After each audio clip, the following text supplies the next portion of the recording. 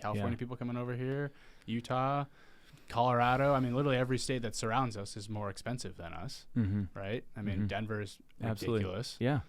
Austin, Texas, ridiculous. Like there might be subskirts of all of those states. Oh, yeah.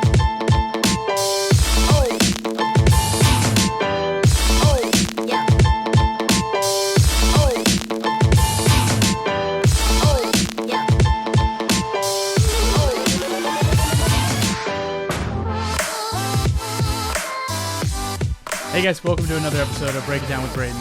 Super excited. I've got Jeremy Brown on here with Remax Fine Properties. Braydon, thanks for having me, man. Thanks for joining me. Absolutely. Jeremy and I met, actually, I popped in one of his open houses in my neighborhood. He was selling one of the houses around the corner, and I figured I might as well go in and meet the guy. I'd seen the name around town plenty of times, so I figured, here's my opportunity. He's trapped. I'll go hit him at the open house. Met him at the open house, and we've gone mountain biking a few times, and just been buddies since. So it's been good to get to know you. Thanks for stopping by. Good to meet you that way. Yep. And that open house was successful, and hopefully we helped out the neighborhood a little bit, and that's cool. So we appreciate the comp, that's for sure. Right? Yeah, absolutely. It's funny because, dude, that was like a little record setter right then. And since it's gotten crushed by 10 other things. It's like that's just how this market's going. It's so kind funny. of wild. Yeah, literally every month I'm like, oh, wait. You're going to the other agent's open house. No wonder I don't hear from you. No, I'm just kidding. Jeremy, tell everybody a little bit about yourself, how you got into the business. Absolutely. So let's go back to the beginning. I'm pretty seasoned, dude, now at this point, like 17 years in this year, which is weird because I was telling my girlfriend the other day, I'm like, do you ever think it's weird, babe, that like, I was 18 years old when I graduated high school, and I feel like I just graduated high school. And then here I've been in the real estate business as long as from the time I was born to graduating high school. I'm like, well, just about. I'm like, that's weird. Dude, time's flying. I was with a fraternity brother yesterday, and he was like, dude, it's crazy how old we are already. Like, it's over 10 years since we've graduated. I'm like, I know. Yeah. There's no excuses anymore. We're old. It's kind of weirding me out. But, dude, I still feel like I'm 18. Whatever. I'll just hang on as long as I can, I guess, right? Yep. So, end of 2004, end of 2005, I got in the biz. I came out here. I had a family member who was doing land. I was from a very small town in northern Michigan. And I was going to move to Chicago. He's like, hey, come out to Arizona. We're doing, these land entitlement deals. And it's funny because I still know some of his partners at that time that are in this town, and I'm still doing business or, know other deals that they're involved in, right?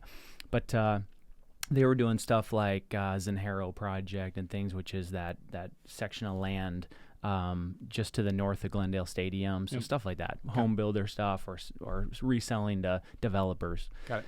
So I thought that that's the direction that my career would go, but the market was quickly changing. I knew nothing about real estate. I was just at the tip of the iceberg kind of deal, and it was that same year that people were already starting to feel it and pull out of like land deals and new stuff and planning. So I was driving around Tonopah and like bird dogging, like land that was halfway to California at the time. Right. It's funny because here we are in 22, and then now I'm literally seeing parcels that I looked at, 17 years ago that now they're redoing deals on them and stuff. So anyway, that's where it started. And then just because the market was changing, I ended up quickly going into residential. I should back up. I was going to go to a residential office anyway and just be involved in the land stuff, right? But so I quickly just stuck with the residential. Went to a little company for like a month that it was an internet lead company, and I could just tell it wasn't right for me. So I went to Coldwell Banker Brothers at the time, the Crideneers. They were awesome to me. They had a full training program up on Pima Road, Pima and Pinnacle Peak. So a little Coldwell Banker office, but like at the time, there were some heavy hitters in that office, like big names that that are still around today, and started in their training, which was good. I mean, for new agents to have, we would like read contracts every Wednesday or something. We would sit in the office with the broker and just read the contract language, which was funny because you come out of real estate school and you don't know anything. You went to that contracts class, but you don't know anything, right? So it was cool because you would kind of lawyer it and break it down and get it explained to you. So that's what I was doing. And then, that went into like, Mike Ferry scripts, and we talked a little bit about that, Tom Ferry versus Mike Ferry. We were doing the Mike Ferry old school scripts, FSBOs, canceled, expireds. I had a headset. Dialing for dollars. Dialing for dollars, man. Oh, yeah. I'm in the cubicle, and we had like a quiet back room with cubicles, which, dude, I do not do well in that environment. If there was 30 other people in there and a lot of noise, fine. But I was like back there by myself, crickets, a fax machine, making calls. Yep. And even though it's sometimes, painful like when it's awkward, sometimes I guess it's nice to be alone, but Yep. it's a weird environment. It's hard to like be a closer in that for me. It's hard to stay motivated, especially when you don't have the energy of other people around you doing the same thing, right? Yeah, and I don't like drink alcohol while I'm working or drink Right. Red Bull, so I don't know. Some people maybe have a different way of doing it. But so I was there and doing that, and I got pretty good on the phone. Yep. Yeah. So I was like doing my first deal. This is a funny story. I had this guy that, like, he was a McCormick Ranch house, and I knew he wanted to sell. He was like swearing at me on the phone. He was a really huge asshole. And I'm trying to handle objections, and he's a prick. Using your script. Yeah, I'm using the script, and he probably knew I was reading a script, and he probably knew I was 20 years old, but it was cool. I got through that, and I had a phone call set up with him, so I ran over to the top producer's office at the time, which was next door. He had kind of his own space, and I'm like, Dell, dude, I got this guy on the line. I know we can close him, but I need your help. I know he wants to sell. Yep. And sure enough, long story short, Dell Rounds, that was Dell Rounds' office at the time, and his team was crushing it. They were the top producers in there, and probably almost in North Scottsdale. He was already a huge agent. And we got on the phone with this guy, ended up selling that house. So that was like my first deal back then. Yep. But yeah, crazy. And then Remax, what was your transition over there? Yeah, so the deal with Dell, Yep. that just started like a lifelong friendship with him. He unfortunately is not with us anymore. Mm-hmm. He now owned our company and passed away this year, so that's a pretty sad and shitty thing for all of us in that environment, and Yep. anyone in real estate really. in the industry. Yeah. So big name around town, that's for sure. Oh my very well goodness. respected. Yeah, I went to a celebration of life, and it was at Scottsdale Bible, and dude, like, you have a whole Scottsdale Bible, the main auditorium filled with people that I had never seen in my life from everywhere. I mean, Yep. I can only hope that there's that many people that like me. Yeah, right. But that first deal with Dell, it was just a funny thing. We called the guy Elephant Man. It was really weird. We never saw him. We tried to. Like, we tried to set this guy up, but we could never meet him. Like, we tried. Yeah. And so we just had an ongoing joke with that, and a friendship started. And I joined his team actually right after that. He went to Remax, and then I left Coldwell Banker. I joined his team for a few years, and I went out on my own. And then Dell bought the company from Dave Mesner, and we moved to that Greyhawk office. Yep. And I ended up coming back as an individual agent, and I've been there ever since. So, yeah, Cool. it's a good environment, dude. Yeah. Seems like everyone it's that's about been the there people. like has been there forever, right? So it's like it's got a good culture going on there. Yeah, it's it's good people. Yeah, it's about the people. Not as much the brand. The people just are good, and I know a lot of people in that office. So yeah.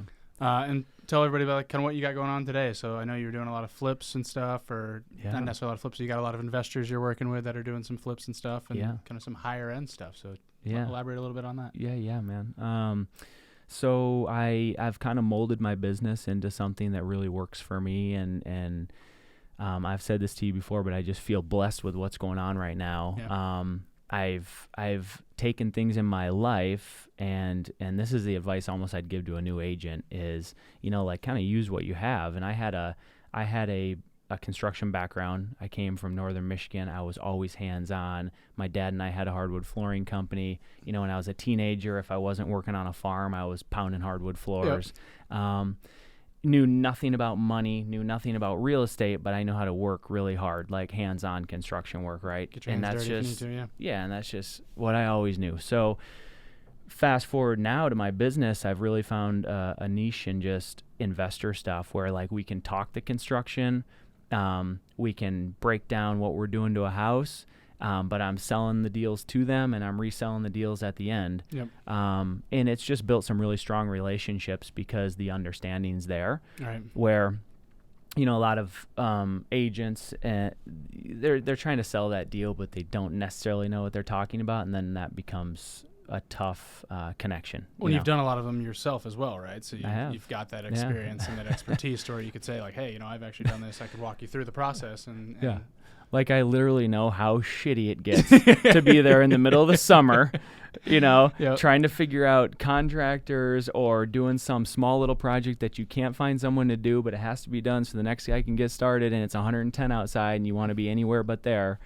Yes, Yep. I can talk that talk. Oh, yeah. Yeah, it's funny. It's now not necessarily getting the right person every time, but it's getting the person that has the availability. I mean, Right. that's kind of what it came down to me whenever I did our pool remodel. It was, Yeah. okay, yeah, hey, we could do yours in 6 months. Well, that's not really going to Yeah. work for me. I want the pool remodel tomorrow. And Yeah. I know we're kind of in an instant economy, and that's just kind of where we work now in day and Mhm. age anyways. But Yeah, it's kind of and interesting. dude, we did like a little small remodel on a pool recently, but we've been staying away from them. The pool world, Yeah. you just dealt with it. Yeah. Just for that, because every pool guy I've called, man, the supply chain or something really messed with that. Yep. The pool guys are like, I either can't do it or I can't do it for a year, or the price is 4 times as much of what it normally. So there's just certain things, man, you got to know, like, hey, if you're buying a house, just stay away from that, because Yep. that's going to crush your project. So Yeah. When you talked a little bit ago about another deal that you're kind of staying away from because there was something that might be crushing the project. So yeah, and that's one that I went into personally. I really thought it was good. She even had an offer for 40 higher from, a wholesaler or open door or something. And I just went down there and spent an hour there, and I literally just came back and I'm like, man, I just don't love it. And if you have that feeling, it's better to just pull the plug. Right. Like your heart's probably telling you there's always another deal. Yep. And so, it's just, I don't want to get into something that's a 6-month project and then all of a sudden I'm losing my ass on it or just trying to break even. Like, that's not why any of us are spending our time. So, Right. What are some of the communities your investors are kind of focusing on? So we really like all of North Scottsdale, but we focus on higher end, easy, either golf or, how should I put this? Like Greyhawk, McDowell Mountain, Scottsdale Ranch. Community kind of based. Yeah, like master plan Yep. communities that are tract style. We Yep. like tract houses right now. Why track? So tract houses have become easy for us because they're built usually 85 or after. Okay. Most of the stuff in North Scottsdale, right? Yep. You're just dealing with newer things in the home. So plumbing, electrical, you're not getting into as much. Okay. A lot of times they just got a roof, like it's a 35-year-old house Yeah. or a 30 or 25 or 20. That's about the time that people have to do roofs. So actually a lot of deals that we find, someone had just done a roof in the last 5 years. That saves some money. Yep. So it's just a little, Do you like it because you kind of know the spreads a little bit easier too? Is that the spreads are 30 seconds now. Yeah. I mean, I can look at a house and say, this is what we're going to sell it for. This is Yep. what we buy it for. And we run the same numbers almost on every one. And that's, again, why we stay in these certain little higher end pockets. Yep. So right now, I've mentioned them before, but we've got Greyhawk and McDowell Mountain and Scottsdale Mountain and McCormick Ranch. But McCormick Ranch and those areas, they're pretty saturated. So yeah, it's getting crazy price per square foot too in there. It's that's kind of right. wild. Insane. So, a deal's still a deal in McCormick. You Yeah. know, if it wants to go to $1,000 a square foot, then I guess you still have those spreads. But I don't know. 3 or 4 years ago, I think I had mentioned this to you, but we sort of tried to refocus ourselves with my certain clients that do this all the time, right? Yeah. We tried to refocus on areas where we just built our own names. A lot of the community knows us or knows our projects or have come through my open houses or seen our work. Yep. And then we sort of set our own comps in those areas. And there are areas that maybe other people were avoiding or didn't like or thought they were the armpit or whatever. Yeah. But they weren't any different than any other area. It just, wasn't the focus. When you're not really skipping steps or like half-assing anything on like the actual construction side of things, so you could actually justify those comps and stuff. Like Right. it's like turnkey and about as nice as they could get it, right? Yes. Yeah. So, dude, you hit the nail on the head with that one. It's pretty much how we try and stand out is like we don't lipstick on the pig type of deal. Yeah, you're not just throwing some paint and some new baseboards or whatever. Yeah. Yes. Like we want to offer them a complete house. And we even had one 5 years ago, and this is so almost our lesson on that, where the lady closed and she came after us later, like a month later, for little stuff. But like she was just one of those people that you couldn't make happy, and that was a McCormick Ranch house. Yep. And dude, we still did everything on this house, 10 times more than anyone else would have done, and she just wasn't happy. So we've made our model where we do it all. Like they have everything new, we inspect it before and after so that we know, like, and if the inspection report comes back, we'll just fix everything on that report. So we're giving them a turnkey house. They don't have little issues. The electrical's updated, the plumbing, ACs, roof, mechanicals. Like we even spray foam attics and stuff where other people would never even think to do that. But we just want them to not come back later and just be very happy and say, hey, I've got a friend who wants to sell their old house or whatever. It's a better model to have for us. Well, and it's just it's a battle always to find listings, right? And so it's almost like you've created the system where you create the listings for yourself. And I'm sure a lot of you pre-sell because the neighbors are probably walking in and going, "Oh, what's the deal with this one? Yeah, can I buy this kind of thing?" Or and actually it's funny because it even it draws like pocket listings for me right now. So if we don't want to buy them, I know certain people who will sell their house in certain neighborhoods at a certain price, which all agents have that right now.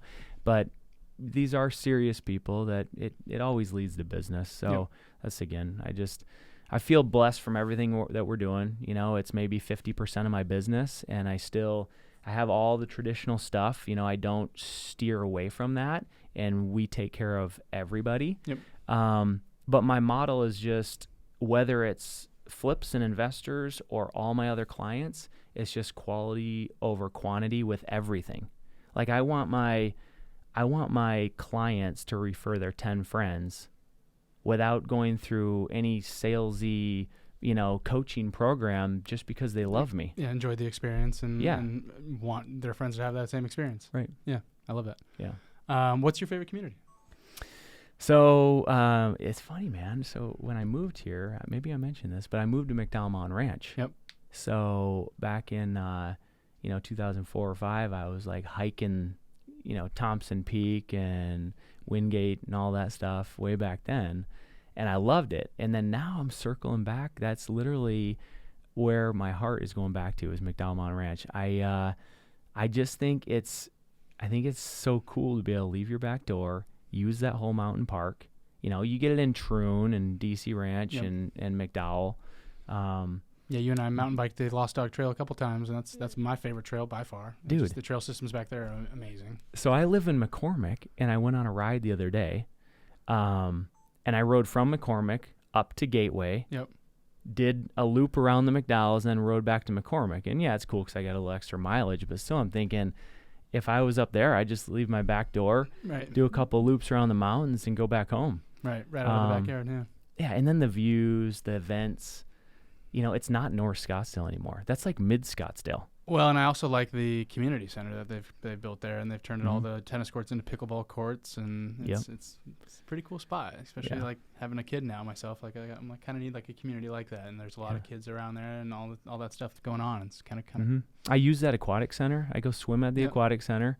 I use those soccer fields to do training stuff on. I mean, I'm always around there, so I just love it. I love the VIG on the corner. That's my favorite VIG out of all the VIGs. Yeah, the one in McCormick sucks. The one in McCormick sucks, sorry, man. Concepts, but I know. It's like dark and stark, and it's not welcoming at all. But yeah, that one's amazing. Yeah, like, and the patio is awesome. So I take my awesome little dog onto the patio the other day at the one in McCormick, and they like basically kick me out of there. Yeah. I'm going, okay. Yeah. I don't know. Yeah. But anyway. The other one is amazing. It is. But They're yeah, so nice. It's like a different environment. Yeah. So it's all circling back there, man. What's some big goals for 2022? Dude, the goals are set high. So we'll see what the market does, and maybe we'll talk a little bit about that. Yeah. But my goal is to never go backwards from where I'm at, like always be building. So a personal goal is like if the market starts to change, to still do as much or more business than I'm doing now in a changing market. Yeah. Because the whole roller coaster of real estate is what all of us want to stay away from. And when you're a new agent, you're constantly battling it. You'll have some big deals, and you're like, oh, yeah, badass. And then like 6 months will go by, and you don't have a deal. Right. Yeah. So, I mean, I had a huge year, dude. I ended up number 7 in Remax Fine Properties. Let's go. Which, shoot, I don't know if I can say that yet because I kind of am not supposed to know that, but I squeaked it out of someone at my office. Maybe I'm not supposed to know but I was like number 7 in RMFP, which is huge because, dude, we have a lot of agents now, and we have some big hitters, dude. Hell yeah. That's for me, it was big, and I was like, awesome. hell yeah. But yeah, again, just if market changes, keep doing what we're doing. Yep. That model won't change. We know how to kind of. I went through the last deal with 08. Not that I'm saying we're even in a market that compares to that, but what I'm saying is I've been in changing markets before, and you don't want stuff to dry up. Like, we know how to kind of mold our models to that. This town, dude, everyone wants to live in Scottsdale. As long as we do it right and we know what the market's doing, whether it's up, down, or indifferent, then we just kind of blend to that, and we'll still, if you build it, they will come. If you're building badass houses, whether they're ground up or remodels or whatever, there is money moving to this town and someone will buy it. So that's kind of what we've said. Just stay our course, Yeah, I wouldn't be buying something in Tonopah and flipping that, in this market, but something in Scottsdale, something in the major markets where everyone's moving right now. Yeah. It's pretty much a guarantee, I feel like. I mean, I'm not saying that, but it's for sure. It's pretty good stuff right now. For sure. And you know what, dude, it'll only help us. Like the lipstick remodels, they will fizzle. Right. If the market starts changing, they're the first ones that will get pushback on the pricing, and people will drop out. You brought it up. What do you think the market's going to do? So, hey, Tina Tambor, can you? No, I always listen to her. She's on later today at 2:00. I think I'm listening to Cromford, but just data. I love reading the data, just knowing the numbers, where they're moving from, who's moving here, what we're doing monthly, year over year, and like, is this market? Does it seem like it's going to change? But dude, I read a really funny thing from her. We have only been in a buyer's market twice in Arizona since the year 2000. Okay. Like a little area between, I think, 03 to 05, and then maybe in like 14 or something for like a short time. Everything else has been a seller's market always. So Arizona hardly even knows anything other than a seller's market. Got it. Okay. That's interesting. I didn't know. It's really crazy statistic that that's good to know. Actually, should have known, but I've like never known.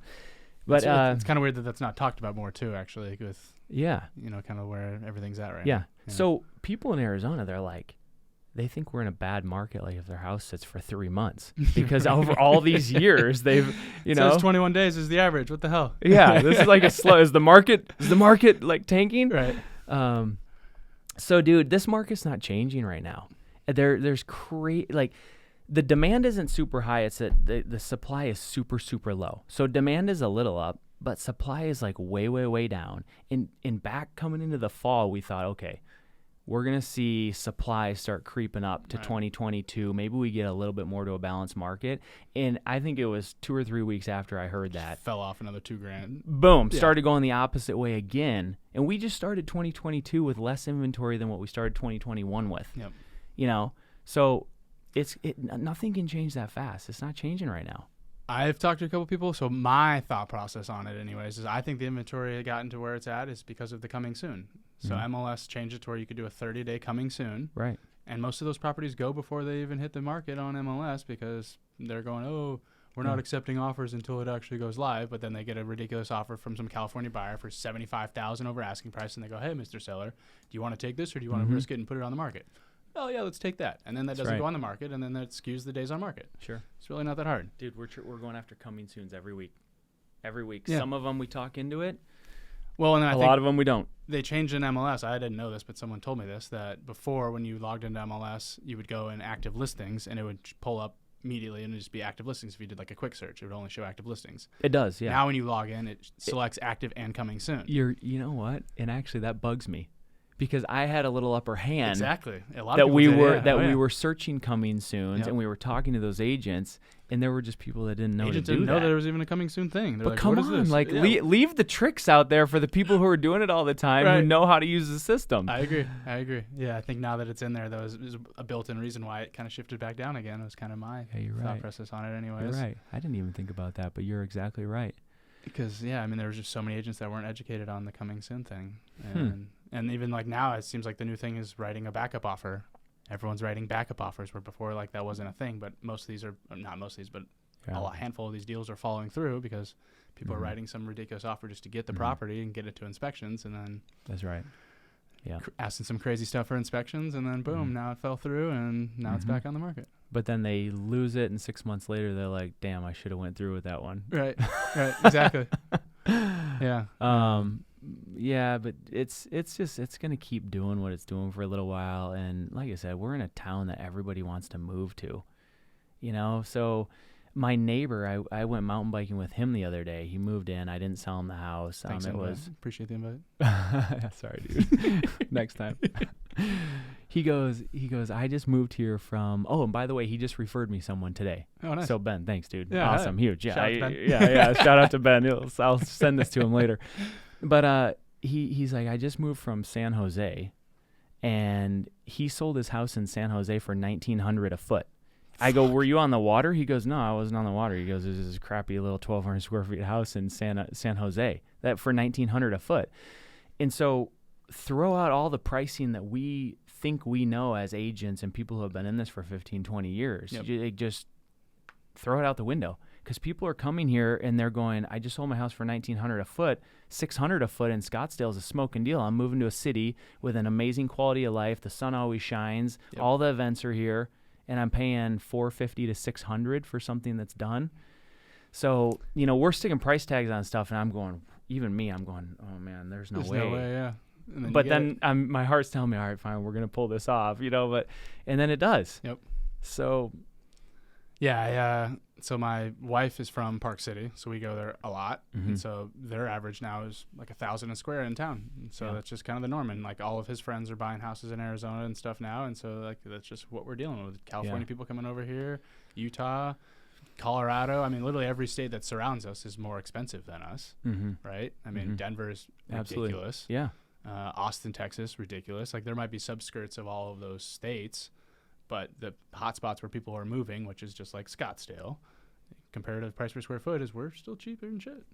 I know. In PV, one of the most beautiful places and the best real estate on planet Earth is still under 1,000 a foot, trending towards, but you're paying less there than all these other cities. So anyway, I think there's still meat on that bone. I agree. Granted, none of us have a crystal ball. Some event could happen. We could turn, whatever, but that's why we watch it every week, and we go with it. If it's gonna level off or it's gonna go down, then we'll know what to do, and we'll be on top of that. So if people want to reach out to you, how can they get a hold of you? Yeah, so phone's always easiest. Call me or text me. I'm kind of old school that way. You can hit me up on my Instagram, Jeremiah Jonathan, but phone 480-251-4321. Emails jeremybrown.re@gmail.com. And if you want to just be really old school and drive to my office, Remax Fine Properties is on Pima Road in Thompson Peak. Love it. Jeremy, thanks for joining me today, buddy. Absolutely. Thanks, guys. Thanks for sticking around for another episode of Break It Down with Braydon, and more to come. Thanks, guys.